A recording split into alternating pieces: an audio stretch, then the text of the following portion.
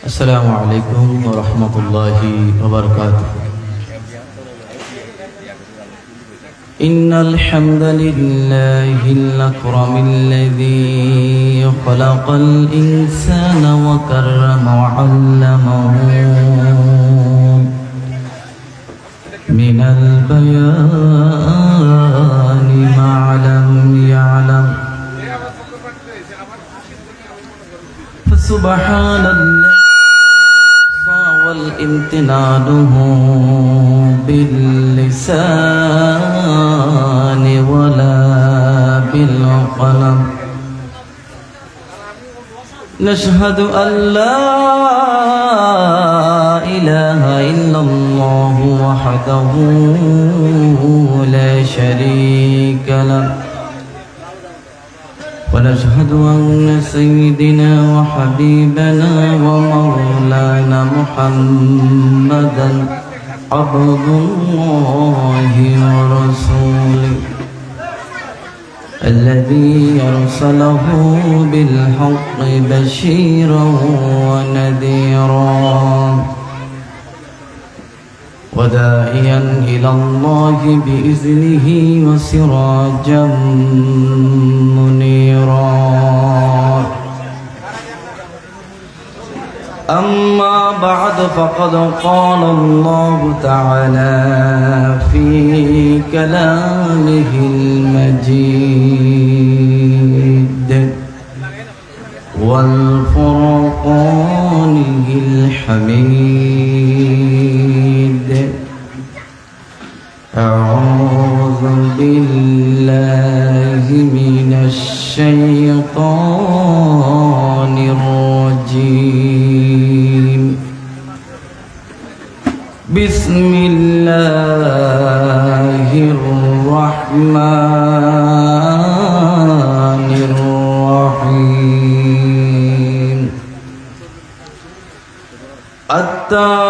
التائبون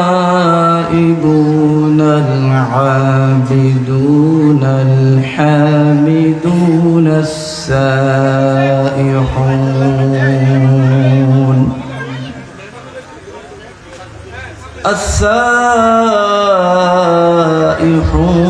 الراكعون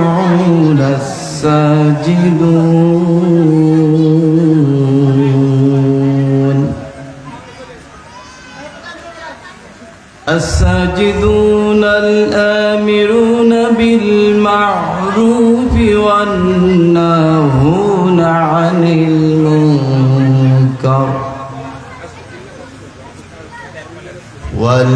والحافظون لحدود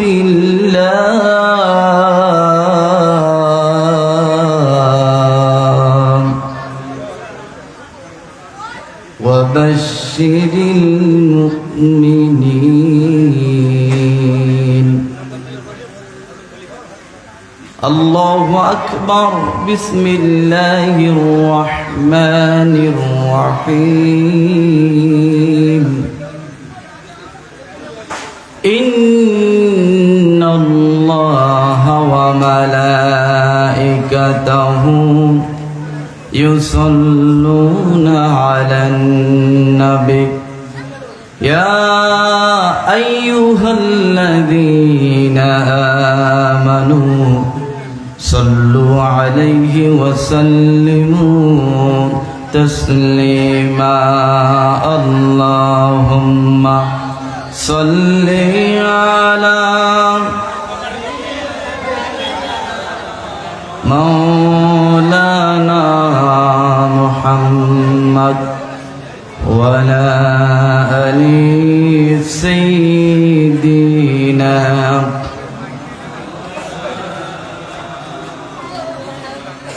একটু মহব্বতে রাসূলের প্রতি ভালোবাসা নিয়ে আমরা হৃদয় উজাড় করে পড়ছি আল্লাহুম্মা সাল্লি আলা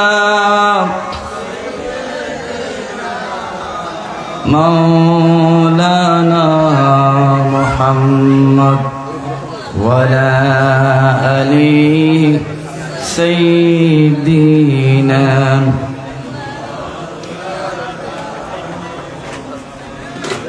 হেরার গুহা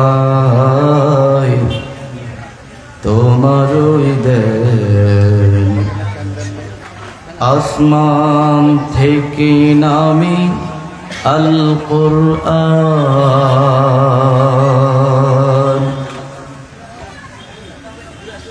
হেরার গুহায় তোমার ওই দেন আসমান থেকে নামে আল কুরআন ভাঙলো সবার ভুল তোমার ওই পরে আসলো কোরআনের ছায়া তলে খালিদ উমর আলী আবু বকর ইসলামী ঝান্ডা নিল যে তুলে আল আমিন তুমি যে ছিলে সদা সকল মানুষের তরে হে রাসূল তোমাকে ভুলি আমি কেমন করে আল্লাহুম্মা সাল্লি আলা সাইয়্যিদিনা মাওলানা মুহাম্মদ ওয়া আলা আলি সাইয়্যিদিনা মাওলানা মুহাম্মদ অধ্যকার পশ্চিম শিকদারখিল শামসুল ইসলাম নৌরিয়া ইসলামিয়া মাদ্রাসা ও এলাকাবাসীর উদ্যোগে প্রথম ওয়াজেদ ওয়ার মাহফিল উপস্থিত রয়েছেন আজকের মাহফিলের সম্মানিত সভাপতি আমার অত্যন্ত শ্রদ্ধাভাজন বড় ভাই সুফি মোহাম্মদ বেলাল হোসেন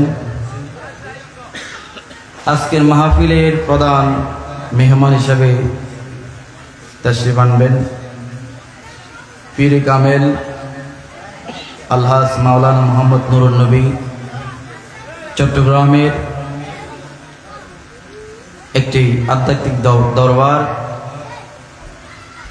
দারুল মারিফাত কমপ্লেক্স ছোটকুমিরা দরবার শরীফের সম্মানিত পীর সাহেব উক্ত মাহফিলে প্রধান ওয়াইজ হিসাবে তাকরীর পেশ করবেন হযরত মাওলানা মোহাম্মদ জয়নুল আবেদিন আল কাদেরী সিনিয়র মুদাররিস জামিয়া আহমদিয়া সুন্নিয়া কামিল মাদ্রাসা চট্টগ্রাম। আজকের মাহফিলের প্রধান অতিথি বিশিষ্ট শিল্পপতি জনাব হাফেজ আহমদ চেয়ারম্যান SA গ্রুপ।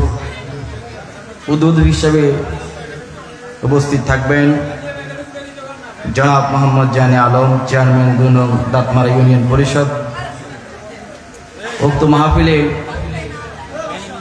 আরো আসন অলঙ্কৃত করবেন হযরত মাওলানা আবুল কালাম আজাদ সাহেব অধ্যক্ষ দারোগাহাট ফাজিল ডিগ্রি মাদ্রাসা ফেনী।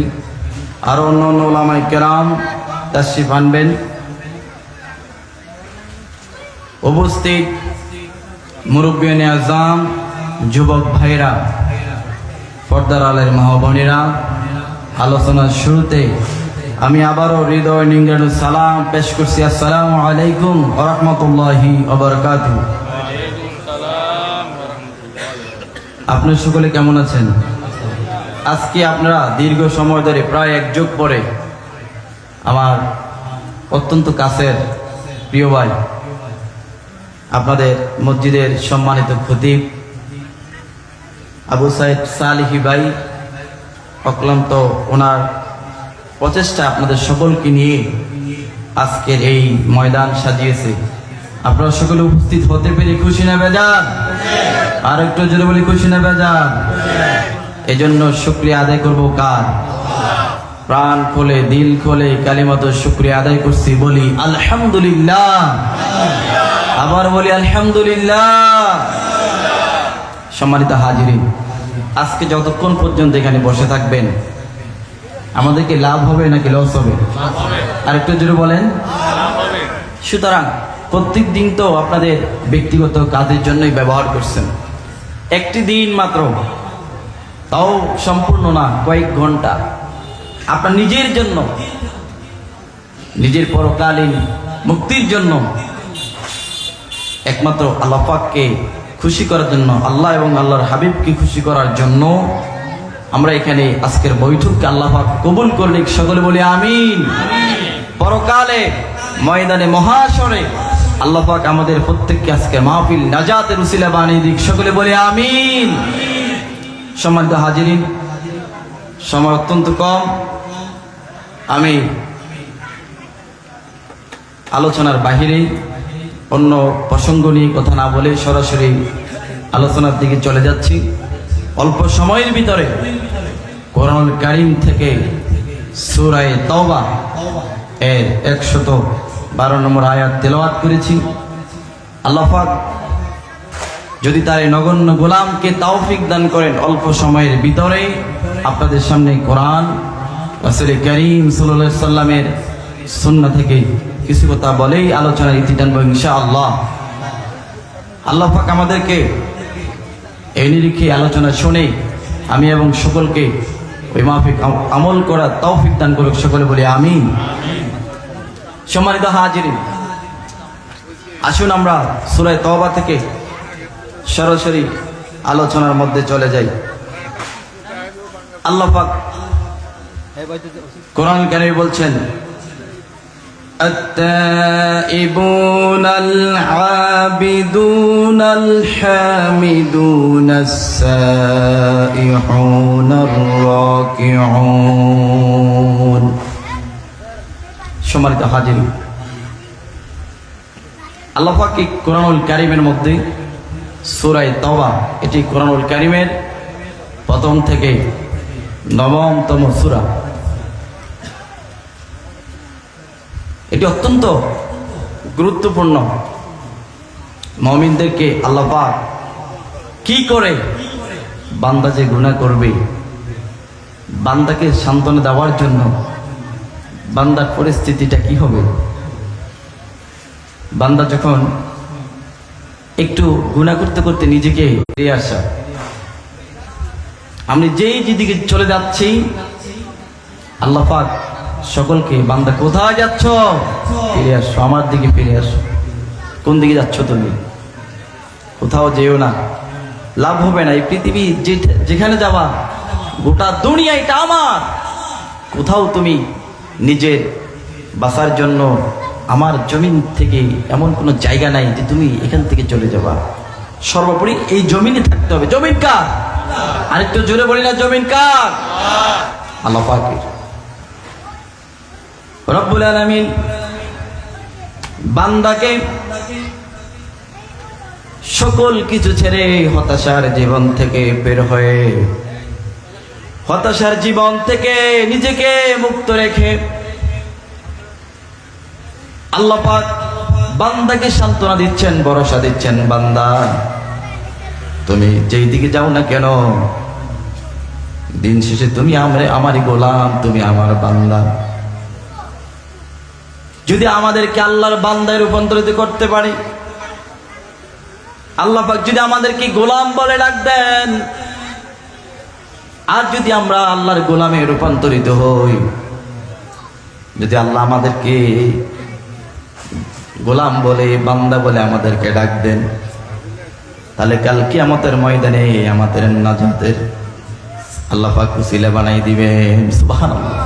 যদি আমাকে বান্দা হিসেবে আল্লাহ গ্রহণ করেন, অ্যাকসেপ্ট করেন, পরকালে আমার জন্য নাজাত হয়ে যাবে ইনশাআল্লাহ। সম্মানিত হাজিরিন, আমরা তো সকলে আল্লাহর বান্দা, কিন্তু আল্লাহ পাক যাকে আল্লাহর গোলাম বলে, আল্লাহর বান্দা বলে ডাক দিবে, যদি আমাকে তৈরি করতে না পারি, আমাকে গোছাতে না পারি, আল্লাহর বান্দায় রূপান্তরিত করতে না পারি, তাহলে পরকালীন আমার বাঁচার কোনো উপায় থাকবে না। আমরা জানি প্রত্যেকটা মানুষকে মৃত্যুর পরে যখন কবরে দাফন করার জন্য বান্দাকে, মানুষটাকে, লাশটাকে কবরের মধ্যে রাখে, আমরা সকলে একটি দোয়া সেখানে পড়ি, বিসমিল্লাহি ওয়া আলা মিল্লাতি রাসূলিল্লাহ। আল্লাহর হাবিব, আল্লাহর পেয়ারা বন্ধু মুহাম্মদুর রাসূলুল্লাহ সাল্লাল্লাহু আলাইহি সাল্লামের মিল্লাতের উপরে, আদর্শের উপরে তাকে সবাই দিলাম। আমার বাবারা, আমার বন্ধুরা, যেই বাক্য, যে কালাম আমরা পেশ করলাম, যদি এই বাক্যটা, এই কালাম ওই বান্দার সাথে মিলে যায়, আল্লাহর বান্দার সাথে আল্লাহ রসুলের আদর্শটা মিলে যায়, গোটা জীবন রসুলের আদর্শের উপরে জীবন সাজিয়েছে। আল্লাহর হাবিবের জন্য জীবন দিতে প্রস্তুত ছিল, আল্লাহর হাবিবের জন্য নিজের জীবনকে উজাড় করতে চায়। আল্লাহর হাবিবকে কেউ যদি গালি দেয়, আল্লাহর হাবিবের চরিত্রের উপরে কেউ যদি কালাম কলম ধরতে চায়, ওই আল্লাহর বান্দা, আল্লাহর হাবিবের উম্মত জীবন দেওয়ার জন্য প্রস্তুত হয়ে যায়। তাহলে ওই কবরের মধ্যে আল্লাহর হাবিব তাকে কবুল করে নিবেন এই ফেরেশতা, এটা কেউ নয়, এটা হচ্ছে আমার একমাত্র উম্মত। সুবহানাল্লাহ। যখন উম্মতকে আল্লাহর হাবিব আমাদেরকে উম্মত বলে গ্রহণ করবে, ওই কবরটার ছোট্ট কবর থাকবে না, অন্ধকার থাকবে না, এটা গর্ত থাকবে না, এই কবরটাকে আল্লাহ পাক জান্নাতের বাগান বানিয়ে দিবে, বলি সুবহানাল্লাহ। এই জন্য আল্লাহ পাক বলে, বান্দা তুমি কোথায় যাচ্ছ? আমার দিকে ফিরে আসো, তোমার জন্য আশার আলো আমি জ্বালিয়ে রেখেছি। আল্লাহ পাকের কোন গোলাম যদি এই 9টি কোয়ালিটি অর্জন করতে পারে, তাহলে বান্দা তওবাকারী হবে। এই বান্দা গুনাহ কাজের জন্য, তুমি যে একজন আল্লাহর গোলাম, দুনিয়ার কেউ দেখতে পাচ্ছে না, তোমাকে আল্লাহ দেখতে পাচ্ছে। সুবহানাল্লাহ। নিজেকে হতাশার মধ্যে ভাবতেছো, তুমি নিজে নিজে ভাবছো তোমাকে কেউ ক্ষমা করবে না, তোমার জীবনটা যত না বড়, তার চেয়ে গুনার পরিমাণ অনেক বেশি হয়ে গেছে। রব্বুল আলামিন ওই বান্দাকে গুনাহ পরিমাণ, পাহাড় পরিমাণ গুনাহ করার পরেও বলে, বান্দা তোমার গুনাহ যদি একটা পাহাড় পরিমাণ হয়, আর আমি আল্লাহর দয়ার বিশালতার কোনো শেষ নাই। সুবহানাল্লাহ। তোমার গুনাহ যদি ছোট্ট একটি পুকুর পরিমাণ হয়, তাহলে আমার দয়াটা একটি নদী পরিমাণ। আর তোমার গুনাহ যদি একটি নদী পরিমাণ হয়, আর আমার দয়া হলো বিশাল সাগর পরিমাণ। আল্লাহর দয়ার তো কোনো সীমা নেই, আল্লাহর দয়ার সীমা মাপার কোনো যন্ত্র পৃথিবীতে নাই। আল্লাহ পাকের এত বেশি মায়া, এত বেশি দয়া আল্লাহ পাক নিজের কাছে জমা রেখেছেন। ছোট্ট একটি উদাহরণ স্বরূপ, সন্তান যদি হাজার অন্যায় করার পরে বাবা ঘর থেকে বের করে দিল, রাত্রিবেলায় সন্তান মায়ের কাছে চলে গেছে, সারাদিন মায়ের সন্তানের অপেক্ষায় আহারে, আদরের সন্তানটা আজ কোথায় গেল, আমার কলিজা হাহাকার করতেছে, আমার কলিজার টুকরা সন্তান কখন আমার বুকের মধ্যে আসবে। মায়ের দরজার ধারে বসে আছে, রাত্রি যখন গভীর,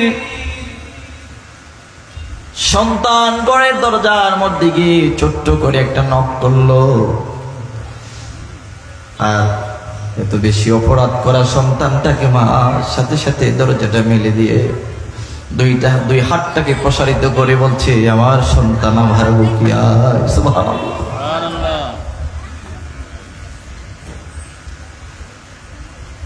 মায়ে যদি, বাবা যদি সন্তানের কঠিন অপরাধকে ক্ষমা করতে পারে,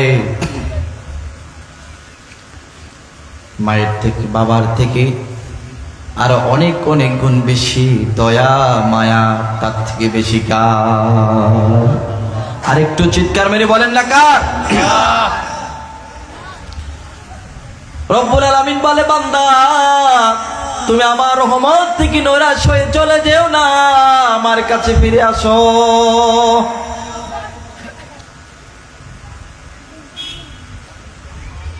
বান্দা আল্লাহর কাছে যখন চলে আসে, আল্লাহর ইবাদতের মধ্যে প্রবেশ করে, আল্লাহকে নিজেকে পরিবর্তনের নিয়তে, ফিরে আসার নিয়তে, তওবার নিয়তে যখন নামাজে দাঁড়িয়ে যায়, নামাজে দাঁড়ানোর পরে যখন সূরাতুল ফাতিহা তেলাওয়াত করে আল্লাহর প্রশংসাগুলো গাইতে শুরু করে, আল্লাহ কই, বান্দা তুই যত বেশি আমার প্রশংসা গাস, আমার মনটা অনেক আনন্দ পেতে শুরু করে দিই। যখন আমার প্রশংসাগুলো, আমার হামদগুলো তুমি গাও,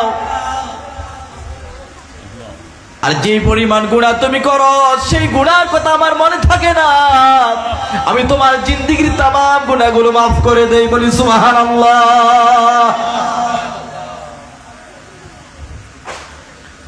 এই জন্য রব্বুল আলামিন আত-তাইবুন, সর্বপ্রথম আল্লাহ পাক বড় বেশি ভালোবাসে যে বান্দাটা বারবার তওবা করতে জানে, যে বান্দাটা গুনাহ করার পরে আল্লাহর কাছে ফিরে আসে, ক্ষমা চায়, আল্লাহ আমাকে মাফ করে দাও।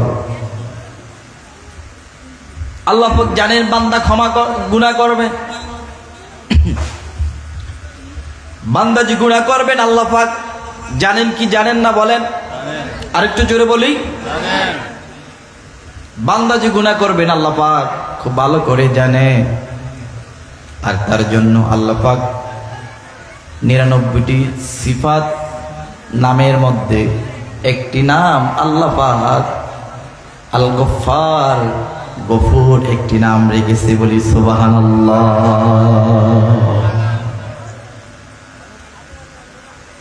বান্দা তুই গুনাহ করবি আর আমার কাছে মনটাকে নরম করে যখন ফিরে আসবি, বান্দা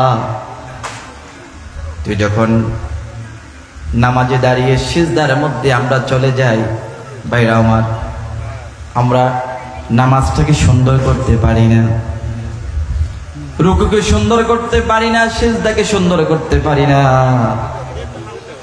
সিজদার মধ্যে যাওয়ার পরে যখন আপনার সিজদাটাকে লম্বা করে দেবে, আর আপনার আমার কপালটা আমাদের দৃষ্টিতে দেখতে পাচ্ছি একটা জমিনের মধ্যে আমরা আমাদের কপালটাকে দিয়েছি। বাবাজিরা আমার, বন্ধুরা আমার, এটা কোনো স্বাভাবিক জমিন নয়, এটা হচ্ছে আল্লাহ পাকের পবিত্র কদমের উপরে আমাদের কপালকে ঠেকাইয়া দিলাম। বলি সুবহানাল্লাহ।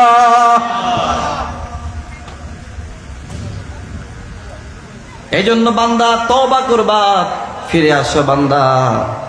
যে বান্দা বেশি বেশি তওবা করতে পারে ওই বান্দাকে আল্লাহ পাক বেশি ভালোবাসে। এজন্য আমার দিনের বেলায়, রাতের বেলায় আমার কোনো কাজে নাই, সারাক্ষণ অন্তরের মধ্যে একটা শব্দ আপনি জপতে শুরু করেন, আস্তাগফিরুল্লাহ, আস্তাগফিরুল্লাহ, আস্তাগফিরুল্লাহ। এই শব্দটা আপনি জপতে থাকেন, আর এই জপার কারণে আল্লাহ পাক আপনার দোয়া কবুল করার জন্য, আপনাকে দোয়া কবুলকারী বানানোর জন্য আল্লাহ পাক ওই কোয়ালিটি আপনাকে আমাকে দিয়ে দিবে। সুবহানাল্লাহ। যেই ব্যক্তি ইস্তেগফারকে বেশি বেশি পাঠ করে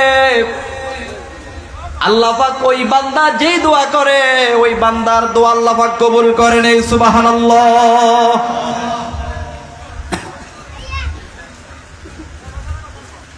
একবার দুইবার নয়, আল্লাহর হাবিবের জিন্দেগিতে পাওয়া যায় প্রতিদিন আল্লাহর হাবিব 80 থেকে 100 বার পর্যন্ত তওবা করতেন।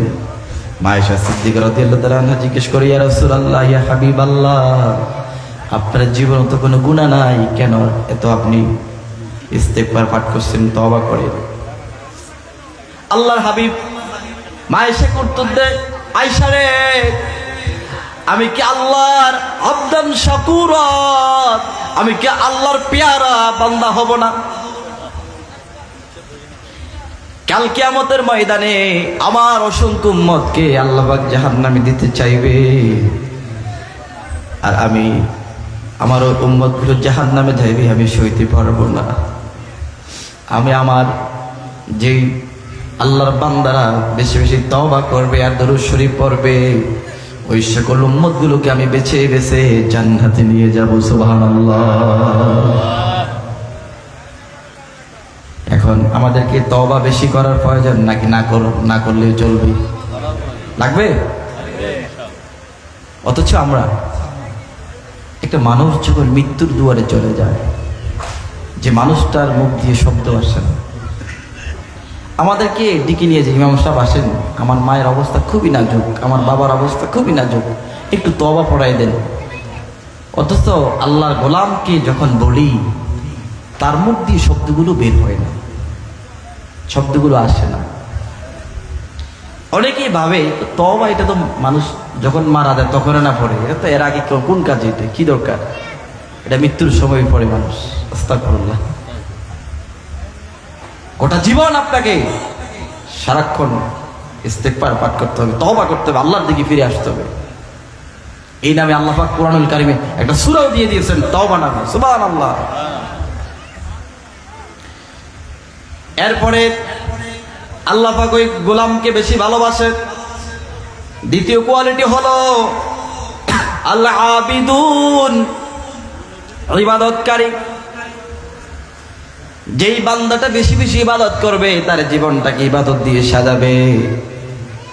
যেই বান্দার ইবাদত যত সুন্দর, ওই বান্দা আল্লাহর কাছে অত সুন্দর। সুবহানাল্লাহ।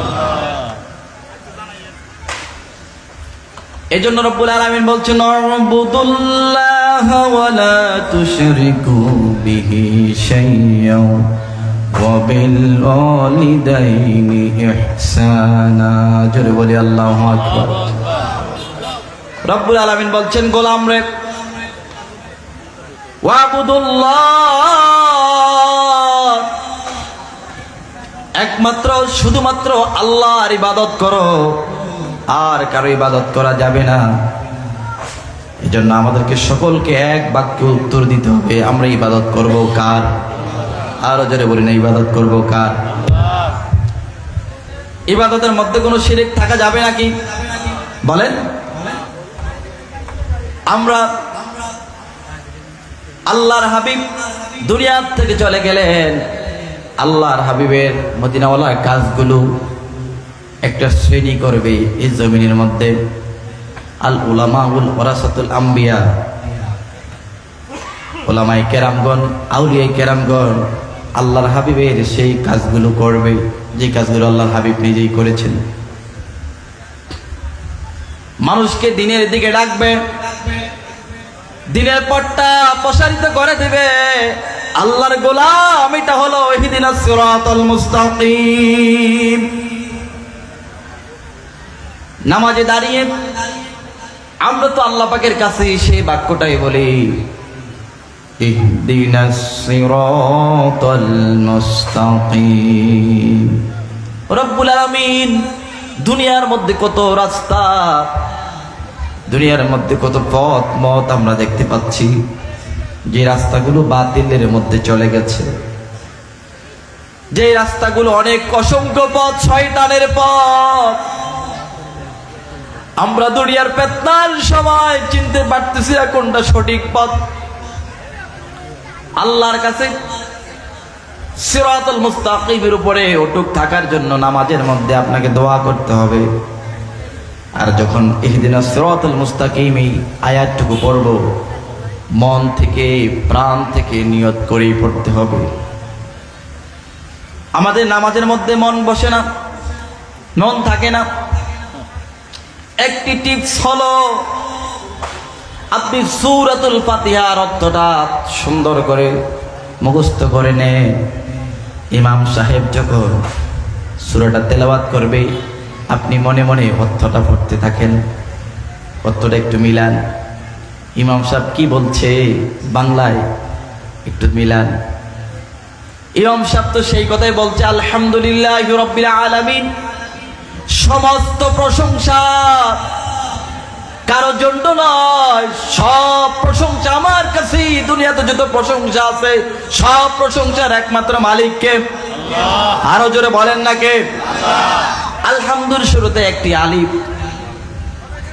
হামজা বসানো হয়েছে, এটা বর্ডার দিয়ে দিলে এটাই প্রমাণ করে ও দুনিয়ার মানুষেরা প্রশংসার কারোর জন্য হবে না, শুধুমাত্র যত প্রশংসা আছে সব প্রশংসার মালিক একমাত্র আল্লাহ। সুবহানাল্লাহ।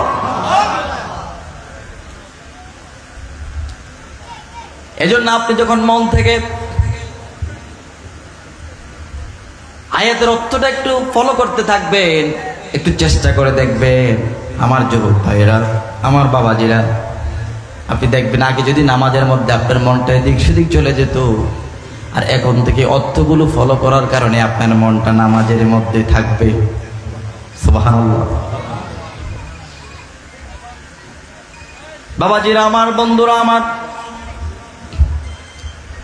এজন্য আল্লাহ পাকের কাছে সিরাতাল মুস্তাকিমের উপরে আমাদের অটুট থাকতে হবে। যে বিষয় বলতেছিলাম,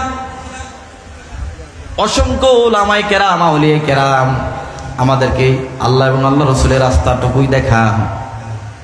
একজন হক্কানি ওলি, আল্লাহর ওলি যারা রয়েছেন তাদের কাছে আমরা যাই তাদেরকে পাওয়ার জন্য নাকি আল্লাহ পাওয়ার জন্য? আর একটু জোরে বলেন না, কাকে পাওয়ার জন্য? সারসিনা দরবার শরীফে যখন চলে যায়, আল্লাহর ওলি দুহাত প্রসারিত করে বলে, আপনারা কি ওলি পাওয়ার জন্য আসছেন নাকি আল্লাহ পাওয়ার জন্য আসছেন? কিভাবে মুরিদদেরকে শিরক থেকে মুক্ত করতেছে দেখেন, কেমন হক্কানি দরবার। কুমিরা একটি দরবার, হক্কানি দরবার, সেখানে যান, শিরকের সিটে ফোটাও পাওয়া যাবে না। আল্লাহর ওলিরা আপনার কাছ থেকে সাক্ষ্য নিয়ে শিরক থেকে মুক্ত করতেছে। আপনারা কি পীরকে খুশি করার জন্য আসছেন নাকি আল্লাহকে খুশি করার জন্য আসছেন? আমরা সকলে কি বলি? আল্লাহকে খুশি করার জন্য আসছেন। এই সমস্ত আউলিয়া কেরামদের কাছে গেলে দুনিয়া পাওয়ার জন্য রাস্তা দেখায় না, ওনারা দেখান কি করে আল্লাহকে পাওয়া যায়, আল্লাহর বন্ধু কি করে পাওয়া যায়, সেই রাস্তায় ওনারা দেখান। সুতরাং এর ব্যতীত যে সকল ওলিরা মুরিদদের কাছ থেকে সিজদা নেয়, মাজারের মধ্যে সিজদা নেয়, তাহলে আপনার ঈমান কি থাকবে নাকি যাবে? বলে থাকবে? থাকবে না। সারসিনা দরবার শরীফের মধ্যে আমরা যখন দায়িত্বে ছিলাম, মাজার গেটের মধ্যে দায়িত্বে ছিলাম, আমাদের ভাইরা লাঠি নিয়ে দাঁড়িয়ে থাকতো এবং প্রশাসনের লোক থাকতো। কেউ নিয়ে আবার মাজারের মধ্যে সিজদা করে, আর ওখানে লেখাই আছে, স্পষ্ট করে লেখা আছে, মাজারের মধ্যে সিজদা দেওয়া যাবে না, ধুলে নেওয়া যাবে না। এই জন্য হক্কানি দরবারগুলো আপনাকে স্পষ্ট করে দেয় সেই জায়গায় শিরক চলে না, বিদআত চলে না। এখানে আসছো আল্লাহকে পাওয়ার জন্য, আসছো আল্লাহ রসুলকে পাওয়ার জন্য আসছো। এজন্য আমরা আল্লাহর ওলিদের দরবারে গিয়ে ওই রাস্তাটুকু নিয়ে আমাদের জীবনকে আমরা চালানোর জন্য চেষ্টা করি। এজন্য আল্লাহ পাক রব্বুল আলামিন সূরা তাওবার মধ্যে 112 নম্বর আয়াতের মধ্যে যে শব্দটা আল্লাহ পাক ওই বান্দার উপরে খুশি হন, যে বান্দা আবিদুন, ইবাদতকারী, আল্লাহ পাকের ইবাদত করতে পারলে বান্দার জীবনে কি লাভ দেখেন। রব্বুল আলামিন বলছেন সূরা কুরাশের মধ্যে, আল্লাহ পাক যখন কোনো বান্দা ইবাদত করে, ওই ইবাদতকারী বান্দার জন্য কি নিয়ামত রয়েছে দেখেন। রব্বুল আলামিন বলছেন ফালিয়াবুদু রাব্ব হাযাল বাইত আল্লাযী আত'আমাহুম মিন জু' ওয়া আমানাহুম মিন খাউফ। বাবাজিরা আমার, বন্ধুরা আমার, আল্লাহ পাকের কোন বান্দা যদি ইবাদত করে, তার ইবাদত করলে আল্লাহ পাক এটার বিনিময়ে কি দিবেন? রব্বুল আলামিন বলেন, যারা এই ঘরের ইবাদত করে, অর্থাৎ কাবা ঘরের ইবাদত যারা করে, কাবা ঘরের মালিকের ইবাদত যারা করে, তখন ওই সকল বান্দাদেরকে আল্লাহ পাক, ওই সকল বান্দাদেরকে আল্লাহ পাক ঘোষণা দেন। আল্লাহ বলেন, বান্দারে তোমরা যখন আমার ইবাদত করো, তখন আমি তোমাদের খাবারের মধ্যে অভাব থাকতে দেই না। যারা আল্লাহ পাকের গোলাম, যারা আল্লাহ পাকের ইবাদত করে, ইবাদত করার কারণে আল্লাহ পাক ওই বান্দা রিজিকের মধ্যে বরকত দিয়ে দেন। বলি সুবহানাল্লাহ। আমরা যখন পাঁচ ওয়াক্ত নামাজ সঠিকভাবে আদায় করতে শুরু করি, আল্লাহ পাকের ইবাদত যখন আমরা ইবাদতগুলো যখন সুন্দর করি করতে শুরু করি, তখন আল্লাহ পাক এই নামাজের কারণে আমাদের রিজিকের মধ্যে কমতি থাকে না, আল্লাহ পাক রিজিকের মধ্যে বরকত দিয়ে দেন। সুবহানাল্লাহ। যারা অভাবের মধ্যে দিন কাটাচ্ছেন, কষ্ট পাচ্ছেন, আপনি নিয়মিতভাবে একটু নামাজ পড়েন, আল্লাহ পাকের কাছে কান্দেন, দেখবেন আপনি যখন নিয়মিত নামাজ পড়েন, নামাজ আদায় করার কারণে আল্লাহ পাক আপনাকে রিজিকের মধ্যে বরকত দিয়ে দিবে। সুবহানাল্লাহ। এরপরে তৃতীয় শব্দ, এই আয়াতের তৃতীয় শব্দ হচ্ছে আল হামিদুন। তৃতীয়টা হচ্ছে প্রশংসা করা। যেই বান্দা আল্লাহ পাক ওই বান্দাকে বেশি ভালোবাসেন, যেই বান্দা বেশি প্রশংসা করে, আল্লাহ পাকের নিয়ামতের শুকরিয়া আদায় করে, আল্লাহ পাকের প্রশংসা করে, তখন আল্লাহ পাক ওই বান্দাকে ক্ষমা করে দেন, ওই বান্দাকে খুব কাছে নিয়ে যান। সুবহানাল্লাহ। সময় হাজির, সময় কম, আমরা এতক্ষণ পর্যন্ত স্বল্প সময়ের মধ্যে সূরা তাওবা থেকে 112 নম্বর আয়াতে শুরু থেকে 3টি শব্দ আমি আলোচনা করেছি। আল্লাহ পাক আমাদেরকে এই আয়াতের নিরিখে আমাদের জীবনটাকে সাজানোর তৌফিক দান করুক। আমরা যাতে করে আল্লাহর ওলিদের কাছে গিয়ে আল্লাহর ওলিরা যে সবক আমাদেরকে দেন, আমরা অনেকে সাসিনা যাচ্ছি, তারপরে কুমিরা যাচ্ছি, আল্লাহর ওলিদের সান্নিধ্যে গিয়ে আমরা যেন আল্লাহ এবং আল্লাহ রসুলকে পাওয়ার জন্য পথটাকে উন্মুক্ত করতে পারি, আমাদের জীবনটাকে পরিবর্তন করতে পারি, আশার আলো পেতে পারি, আমাদের জীবন পরিবর্তন হয়। আল্লাহ পাক আমাদের সকলকে সেইভাবে গঠন হওয়ার তৌফিক দান করুন। সকলে বলি আমিন। ওয়াকি দাওয়ানা আলহামদুলিল্লাহি রাব্বিল আলামিন। আসসালামু আলাইকুম ওয়া রাহমাতুল্লাহি ওয়া বারাকাতুহু।